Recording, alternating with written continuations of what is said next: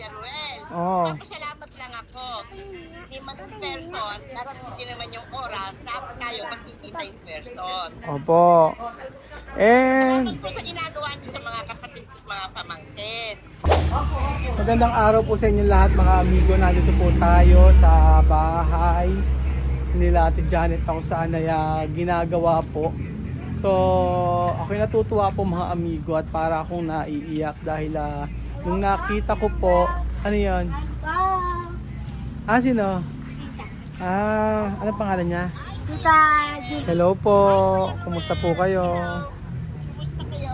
Opo, kayo po pala yung kapatid ni ate, Bebe. Ate Bebe. Opo. Nasa Bulacan po ako. Kumusta At, kayo? eto naman po, okay naman po ako. Bakit po kayo napatawag? Kuya Ruel. Oo. Papasalamat lang ako. Hindi man in person, darating naman yung oras na tayo magkikita in person. Opo. And, Salamat po sa ginagawa niyo sa mga kapatid at mga pamangkin. Opo. Papasalamat lang po sa puso. Mula sa puso, salamat ng marami. naku wala po yon. Ako naman po basta kaya ko. Yung kaya ko po, ibibigay ko po para sa kanila. Ganun po kasi ako magmahal ng mga tao. Hindi ko po iniiwanan basta-basta. Hindi yung pagka nagbigay po ako, tapos bukas wala na. Ayoko po ng ganun. Yung pagtulong ko po ay hanggang kaya ko po. Kaya alam po, minsan, syempre, ayoko po ng responsibilidad. For example po, napagawa ni bahay nila, o pagka dumating ako rito, magbigay ako ng pagkain, or ganun. Okay na sa akin yun. Kaya yun ang sinasabi ko sa kanila ngayon na ngayon makakatulong ako pero pag natapos ko na yung mga bahay, okay na yun. Bahala na silang gumawa ng paraan para sa buhay nila. Pero pagka meron ako, magbibigay pa rin naman ako. Yun po yun sa akin. Kung nga dyan sa mga kanila, sa mga pamangkin kapatid ko, kamkanin ginagawa ng kapatid ko, huwag kayong umasa. Away po yung alaga ko ako mga kapatid. Opo. Ngayon, ako, totoo lang Kuya Ruel, binibigyan ko sila, pero hindi lagi. Kasi ayoko aasa sila. Opo. Binibigay si ate, ganon rin. Mamaya may kausap ako. Hindi na sila magbabanat ng buto, hindi na sila kikilos. Ayoko. Oo, yun nga po. Sabi ko nga po, ako naman po, kagaya yung bahay na papagawa, pag natapos, kung may maibibigay pa ako, ibibigay ko. Basta sa akin, gusto ko lang tapusin yung bahay. Kasi po, tita, kapag ka po inasa na lang nila sa akin lahat-lahat, hindi na po sila magtatrabaho. Tama.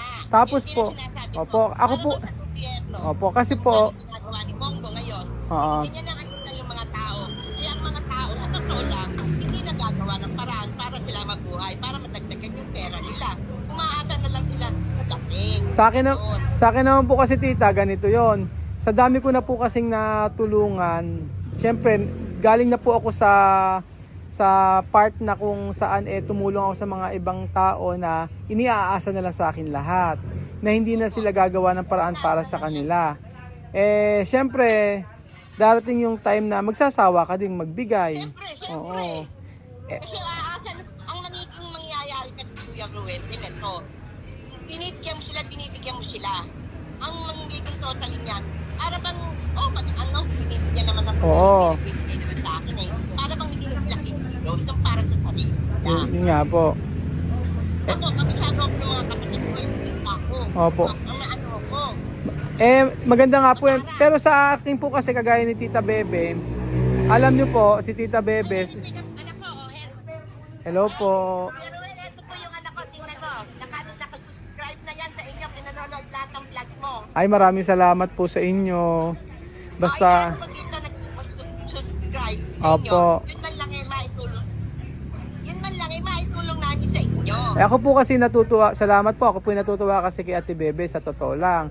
Kasi si Ate Bebe pag andito po ako, siya po nag-aasikaso sa akin. Yung hindi ko na po kailangan sabihin na penging tubig, siya po nag-aasikaso sa akin dito. O, ganyan talaga si Bebe. Napakabait ni Ate Bebe. Hindi kagaya ng iba na merong inggit sa katawan. Siya basta meron siya ibibigay niya. Yan, si Janet din, mababait lahat. Mababait Yan, po sila. pwede isa. Ay, si yung isa po, babaguhin din po ng Lord yung puso niya in the Ay, future. ako po, yun lang, Oo. yun lang ang pinagdarasal ko. Oo. Iba sa lahat sa aming magkakapatid. Opo. Iba siya. Alam niyo po, si mababago rin po yan. Meron pong time para sa kanila, sa kanya. So kung nakikita po natin na hindi kanais-nais ng ugali, mababago rin po yun. Oo, ako Kaya yun lang yung dinadasal ko. Oo, darating po yung time para sa kanya. Ganun po. Opo. Kaya nga, ako nga po, Mm. Sige. sa akin po kasi, basta ako matapos ko na lang po yung pinapagawang bahay na dito, maisinop ko lang po at maibigay ko yung edi sa akin naman po, hanggang kaya ko talaga. Oo. Kaya nga napanood ko nga yung vlog mo. Sa totoo lang, napanood ko yung vlog mo. Sabi ko sa anak ko, nakasubscribe na ikaw mama. Nakasubscribe na kami. Ikaw na lang. Ikaw mo nga, Kuya Ruel ako kasi pumakal. 65 years old na ako. Opo. Ano ho ba trabaho niyo dyan? Ako, nasa munisipyo ako pumapasok. Sa munisipyo na sa Nildiposo. Opo. Pero dito sa health center ako naka-assign. Opo. Rural Health District. Balikampan sa Nildiposo ito.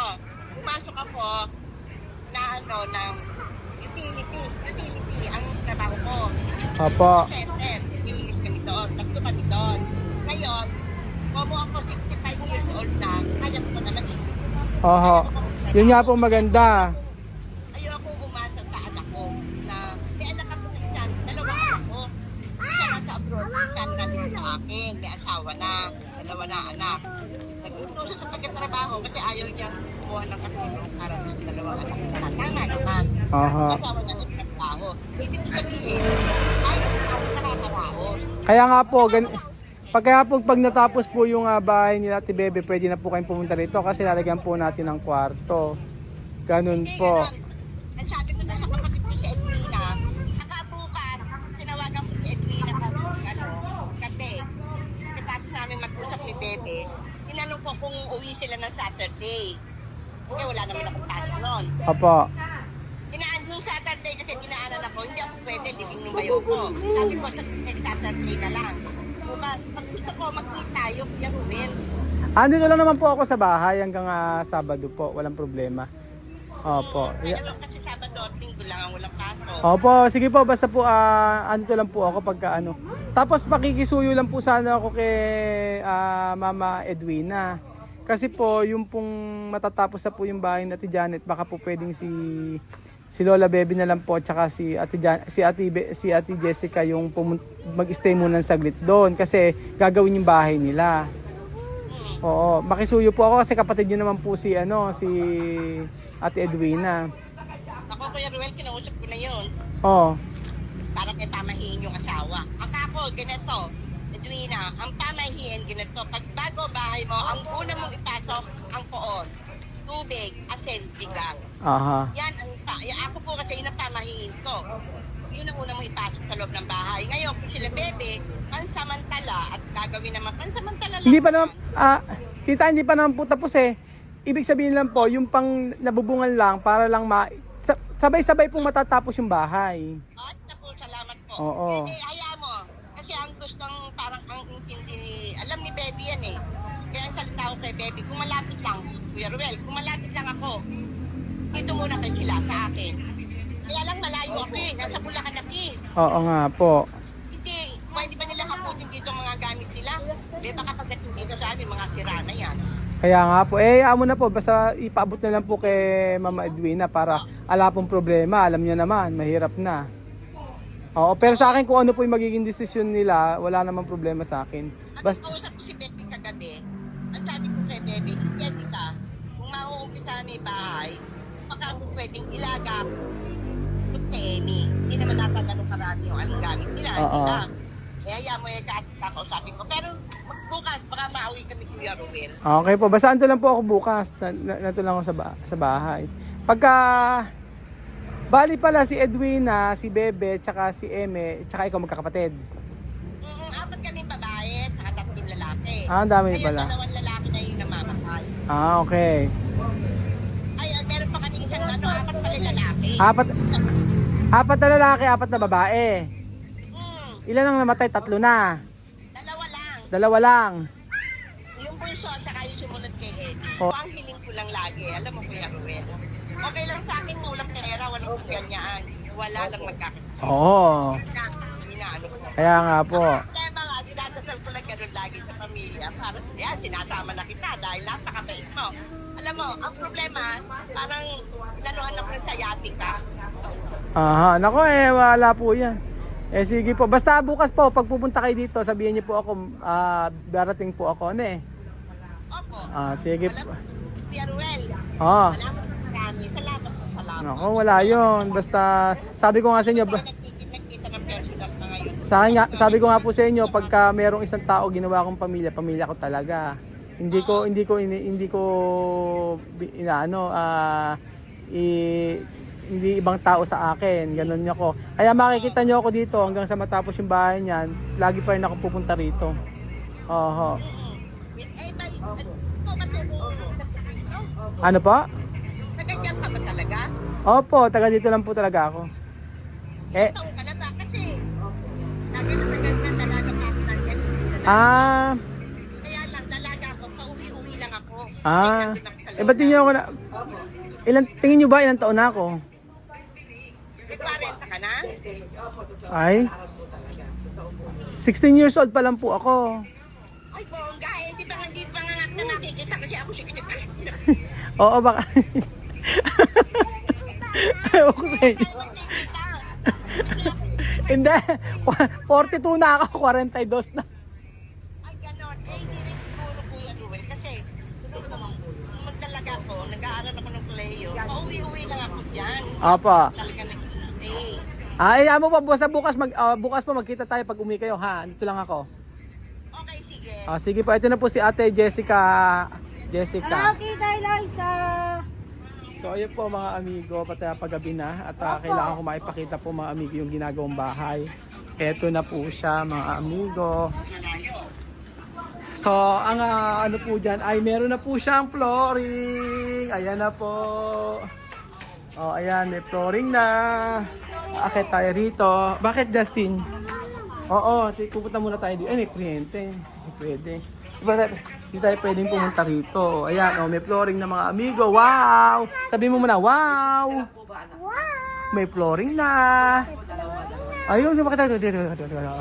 Sabihin mo, wow! Hindi ka pwedeng pumasok dyan. Oo. Ako lang ang bitana. Ayan. Hindi, yung ano, yung salamin na. Oo. Pwede, Sarah. Oo. Ano pa? Sana all ano. Kaya nga sabi ko sa inyo. So eto na po. Ang luwang ano Ate Eme? Kaya nga lumuwang na yung bahay ni Ate Janet. Ayan. Ito na po yung bahay ni Janet. Lumuwang na po siya. Kahit marami sila, kahit 8, kasyang-kasya po dito. Ang ganda po. Ayan po mga amigo. So, ito na po yung update sa maghapong nagawa. Bukas po, anak ko yan. Bukas po ay lalagyan na lang yan ng mga ano. Halos tapos na. Tapos na halos. Dingding na lang. Dingding, yung sagit lang dingding yan. Tapos na po mga amigo. Oo, ang bilis So bukas po mga amigo, Sabado for sure po halos tapos na ito. So ayan po mga amigo, naku maraming salamat po at natapos na po yung bahay natin Janet. Janet, tapos na ang bahay mo. Ito na lang, yung dingding niya, sagit lang yan. I-repeat lang yan, mabilis na. So bukas po, pag-usapan natin kung ano po yung mga gagawa dito na gagawin natin. So para po mas maganda. Kung ano yung mas maganda, edi yun po yung gawin natin. Kung ano yung request nila, edi gawin din po natin. So gabi na po, uwi na po ako at uulan po yata. So thank you so much po mga amigo. God bless po. Nag-aapura-apura pa ako. Uulan na kasi! Aha! At ako nga po pala, para po kasing uulan mga amigo. Nag-aapura ako kasi maliligo ako. Diyos mio, bakit sasama si Justin? Hindi ka sasama. Abe, ba't nauna ka pa? Pambihirang patis. Bili mo sa diaper.